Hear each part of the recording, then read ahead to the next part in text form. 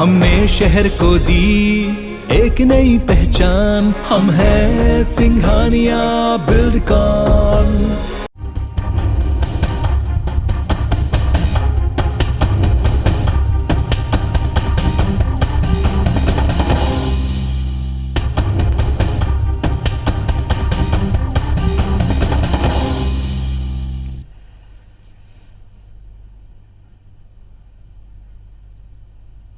नमस्कार, स्वागत है आप सबका। मैं पुनीत पाठक और आप देख रहे हैं बड़ी बहस।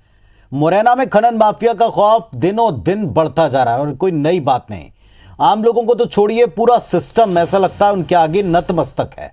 दावे बहुत से हैं, लेकिन हकीकत जमीन पर कुछ और ही है। पत्थर माफियाओं का हौसला इस कदर बढ़ चुका है कि वन विभाग के कब्जे से अपने ट्रैक्टर को छुड़ाकर वो भाग गए। और ऐसा भी पहली बार नहीं हुआ, पहले भी ऐसा हो चुका है। वन विभाग की टीम केवल वहां मूक दर्शक बनी देखती रह जाती है।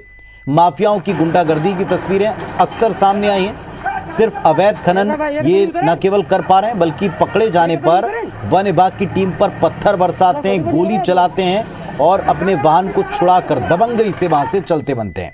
इनका आतंक ऐसा कि सब कुछ हो जाने के बाद वन विभाग के द्वारा थाने में शिकायत तक इसकी दर्ज नहीं कराई जाती।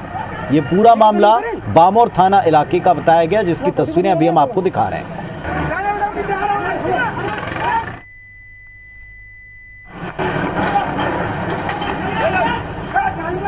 ऐसा भाई एक तो नहीं उतरे, एक तो नहीं उतरे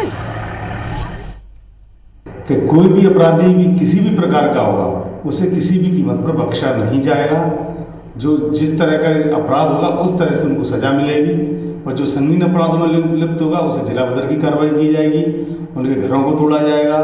मध्य प्रदेश सरकार का एक ही संकल्प है, अपराध मुक्त मध्य प्रदेश। सिर्फ माफियाओं के खिलाफ कार्रवाई का जो नारा था वो नारा बनकर रह गया, कोई ठोस कार्रवाई नहीं।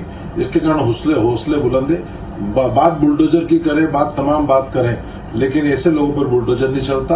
अब देखना होगा कि शिवराज सरकार इन पत्थर माफियाओं पर आखिर कब बुलडोजर चलाती है। तो इन पत्थर माफिया, इन खनन माफिया के आगे प्रशासन इस कदर बार बार बौना क्यों दिखता है? क्यों इनके खिलाफ रिपोर्ट तक लिखाने में कोई हिम्मत नहीं जुटा पाता? और क्या इन पर कार्रवाई होने में इतना विलंब होता है कि अब ऐसा करते हुए वन विभाग की टीम नजर आती है? इस विषय पर बातचीत के लिए हमारे साथ में दो बड़े मुखर नेता हैं। अजीत भदौरिया साहब हैं, कांग्रेस पार्टी का पक्ष रखेंगे। नमस्कार भदौरिया साहब, स्वागत है आपका। और राजपाल सिंह सिसोदिया साहब हैं, भारतीय जनता पार्टी की तरफ से बात रखेंगे। सिसोदिया साहब, दावे बहुत सारे हैं, कानूनों में परिवर्तन करके कड़े प्रावधान भी कर दिए और कुछ सख्त कार्रवाइयों के हमने तस्वीरें भी देखी, लेकिन ये तस्वीरें भी आपके सामने हैं। खनन माफिया अपने वाहनों को दबंगई से छुड़ा ले जाता है और वन का अमला इसकी शिकायत तक दर्ज कराने की हिम्मत नहीं करा पाता। जिस स्थान पर घटना घटित हुई है, निश्चित तौर पर मैं समझता हूँ कि इस प्रकार की घटनाओं की पुनरावृत्ति नहीं होना चाहिए और ऐसी घटनाएं भी नहीं होना चाहिए। परंतु देखने में आया है और सरकार ने खनिज उत्खनन के ऊपर कई तरह की पाबंदियां लगाने का काम किया है, कानून को सख्त करने का काम किया है। और इन लोगों ने जिन्होंने इस प्रकार से कानून हाथ में लेने का काम किया है, जो पत्थर माफिया है कि गांव के लोग हैं कि कौन है वो, ये तो जांच में सामने आएगा। पर उन लोगों के खिलाफ सख्त से सख्त कार्रवाई होने का प्रावधान होगा। और वह इसलिए भी होगा कि अब मध्य प्रदेश के अंदर किसी भी प्रकार के माफिया को अशांत करने का छूट मध्य प्रदेश में दी जाएगी। पहले भी हमारी सरकार के समय में हमने जो नर्मदा के किनारे और तमाम स्थानों पर अवैध रेत की और माइनिंग का उत्खनन होता था, गौण खनिजों का उत्खनन होता था, उसको रोकने का प्रयास किया और उसमें हम सफल भी हुए। परंतु देखिए, बहुत सीधी सी बात है कि सरकार पूरी ताकत के साथ में अपराध को रोकने का प्रयास करती है, दंड के प्रावधान करती है। अपराधी नए तरीके से फिर से आकर अपराध करने का प्रयास करते हैं, परंतु सरकार का खौफ इस प्रकार से है कि आप विगत कई दिनों से देखेंगे इस प्रकार की कई घटना होने की स्थिति नहीं बनी। साहब, बामोर का वीडियो आपको सामने दिखा रहे हैं। और मैं फिर दोहराता हूं कि ये नई घटना नहीं है, आपके सामने एक नहीं, अगर आप महीने वाइज उठा के देखेंगे तो ऐसे कई एग्जाम्पल मिलेंगे और ऐसे कई उदाहरणों में हमने टीम पर अटैक होते हुए देखे हैं, टीम के ऊपर गोली चलती हुई देखी हैं और वो अपने पुरानी कई सारी मांगें सामने रखते रहें। और नेताओं के आरोप पर तो हम जा ही नहीं रहे, लेकिन क्या संरक्षण और क्या साठगांठ नहीं है, क्योंकि कलेक्टर एसपी तक को इस बारे में जिम्मेदार बनाने की बात प्रशासन और सरकार कह चुकी, फिर भी रुकता क्यों नहीं है? देखिए, मैं आपको बहुत स्पष्ट कहना चाहता हूँ कि इस प्रकार से साठगांठ करने वाले किसी भी व्यक्ति को नहीं बख्शा जाएगा और मैं पूरी जिम्मेदारी के साथ कह रहा हूँ कि ऐसे माफियाओं के साथ में भारतीय जनता पार्टी के किसी भी नेता या कार्यकर्ता की कोई साठगांठ नहीं है।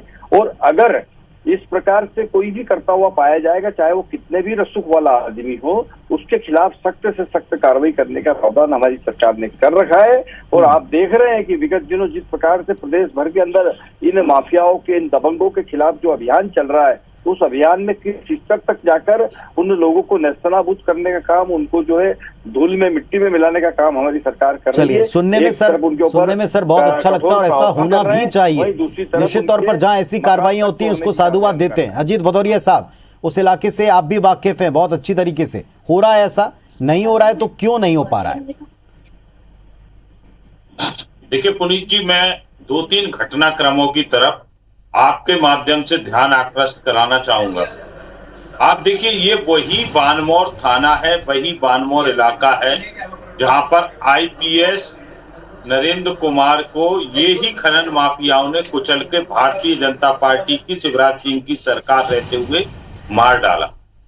उनके परिजनों को आज तक न्याय नहीं। पहली, ये अभी कुछ महीनों पहले का घटनाक्रम है। एक महिला रेंज, उन्होंने अवैध उत्खनन को रोकने का प्रयास किया, उनके सिर पे वार किया गया, घायल हुई, वो अस्पताल में भर्ती रही। मध्य प्रदेश सरकार ने उनका स्थानांतरण उठाकर दूसरी जगह कर दिया, उन्हें हतोत्साहित करने के लिए। प्रोत्साहन का तो सवाल ही नहीं उठता, उनको हतोत्साहित करने के लिए दूसरी जगह स्थानांतरित कर दिया।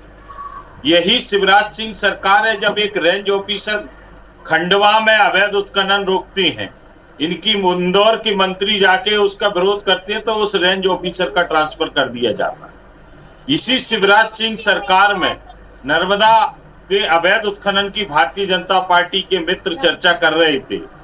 आप देखिए पुनीत जी, वही नर्मदा के अवैध उत्खनन शिवराज सिंह जी का गृहग्राम, उसमें एक नंबर से 7-7, 8-8 डंपर चल रहे होते हैं, बड़े बड़े हाईवा चल रहे होते हैं।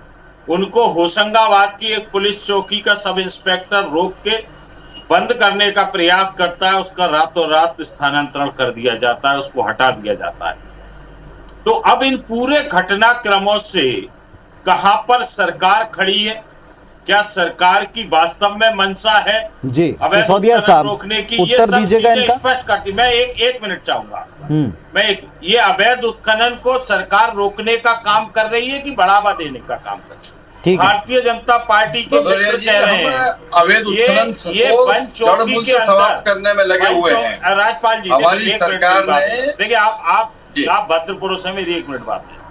वन चौकी के अंदर से स्पष्ट वीडियो आ रहा है कि ट्रैक्टर ट्रॉली को छुड़ा के लोग ले जा रहे हैं। अब वन कर्मी निहत्ता नहीं रह गया राजपाल जी, अब वन कर्मी को हथियार भी दिए गए हैं सरकार के द्वारा जनता के पैसे से। जब उसका संरक्षण नहीं हो पा रहा, आज अगर कोई भी व्यक्ति रात के समय 8 बजे के बाद से चंबल नदी को मुरैना से लेकर, ठीक है साहब, आप उत्तर लेने दीजिए क्योंकि समय बड़ा लिमिटेड है। आपकी बातों का उत्तर भी आना चाहिए जनता के सामने। सिसोदिया साहब, क्या संरक्षण अभी आप कहेंगे कि नहीं है? जी, संरक्षण नहीं है। भदौरिया जी का आरोप सरासर गलत है।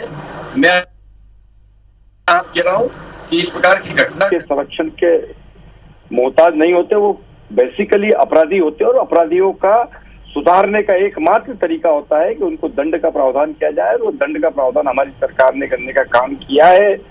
हम इस प्रकार के लोगों को चिन्हित करके उनको नेस्तनाबूद करने का काम कर रहे हैं।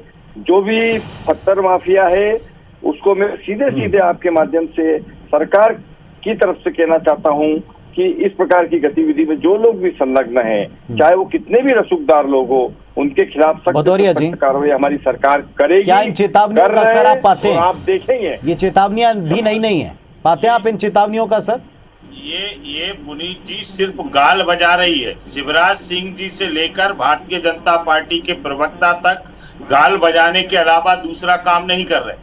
आज बाबा भीमराव अंबेडकर को लेके इनकी पूर्व मंत्री ने डबरा में भारतीय जनता पार्टी की कलई खोल दी। उसने स्पष्ट कहा कि शिवराज सिंह और भारतीय जनता पार्टी दलितों के उत्थान की केवल बातें करती है, काम कुछ नहीं करती। वही हालत यहाँ पर हो रही है पुनीत जी, ये लोग सिर्फ बातें कर रहे हैं। राजपाल जी उत्तर दें। मैं राजपाल जी से पूछना चाहूंगा, स्पष्ट वीडियो आया, मैं भदौरिया जी की बात का जवाब देता हूँ कि भदौरिया जी आरोप लगाने का काम कर रहे हैं, पर ये नहीं, पर वो कह रहे हैं वीडियो में साफ साफ वाहन दिख रहा है और प्रीमाइसेस दिख रहा है, क्या अब इस पर एक्शन होगा? जी हाँ, मैं बोल रहा हूँ कि एक्शन होगा, बिल्डोजर पहुंचेगा, समय सीमा इसलिए होगा, राजपाल जी, इसलिए होगा कि हमारी सरकार में हमको संरक्षण देने का काम नहीं करते हैं। पीसी शर्मा जी जब होशंगाबाद के प्रभारी मंत्री बनते हैं तो वो अपने पुत्र को और अपने परिवार को वहीं सेटल कर देते हैं, और उन्होंने क्या करा 18 महीने पूरे प्रदेश की जनता ने देखा है। तो ये तो कांग्रेस का कर्म है, हमारा कार्य नहीं है इस प्रकार का। हम तो कानून व्यवस्था बनाने वाले लोग हैं, अपराधियों को दंडित करने वाले लोग हैं, अपराधियों को नेस्तनाबूद करने वाले लोग हैं। इनसे ये पूछा जाए राजपाल जी से और सरकार से, कब अवैध उत्खनन वालों के घर के सामने बुलडोजर पहुंच के उनको नेस्तनाबूद करेगा? शिवराज सिंह जी के बयान, ये मैं कह रहा हूँ, मिश्रा जी के बयान है, सरकार के जो वो प्रवक्ता है उनके बयान है। आप तो ले जाइए भाई, उनके घर को नेस्तनाबूद करिए। हिम्मत है भारतीय जनता पार्टी में और उसकी सरकार में? नहीं है। खुला चैलेंज करता हूँ, शाम हो गई है, कोई चंबल नदी के पुल को क्रॉस करके देख ले, 500 राजपाल जी रेत की ट्रैक्टर ट्रॉली अवैध उत्खनन करती हुई दिख जाएंगी। खुलेआम हाईवे है, NH3 हाईवे है, उसके नीचे खड़े होकर देख लो। हम जैसा आम आदमी जब निकलता है उसको दिखता है ये अवैध उत्खनन। राजपाल जी उत्तर दीजिएगा। रोक लगी है, नहीं, फिर भी गलत तरीके से आरोप लगाने का काम कर रहे हैं। कहीं कोई अवैध उत्खनन नहीं है, और जो अवैध उत्खनन करते हुए पाए जा रहे हैं उनको नेस्तनाबूद करने की काम हमारी सरकार करेगी, उनको कठोरतम दंड देने का काम हमारी सरकार कर रही है। ये सीधे गलत तरीके से आरोप लगाने का काम कर रहे हैं। उनसे चंबलपुर की बात कर रहे हैं, कहाँ की बात कर रहे हैं? भदौरिया जी अपना चलिए साहब, चंबल तो एक ही है और चंबल से आने वाली तस्वीरें जरूर अनेक हैं और इन तस्वीरों पर एक्शन होगा। आपने भी इस मंच के ऊपर कहा है, खुली चेतावनी आपने भी इसी मंच से दी है। आपकी अपनी ही बात, आपका अपना वायदा, आपका अपना दावा जमीन पर उतरता नहीं उतरता। चंबल और चंबल के साथ प्रदेश भी देख रहा है। शुक्रिया फिलहाल आप दोनों का जुड़ने के लिए, बड़ी बहस में आने के लिए। धन्यवाद, नमस्कार।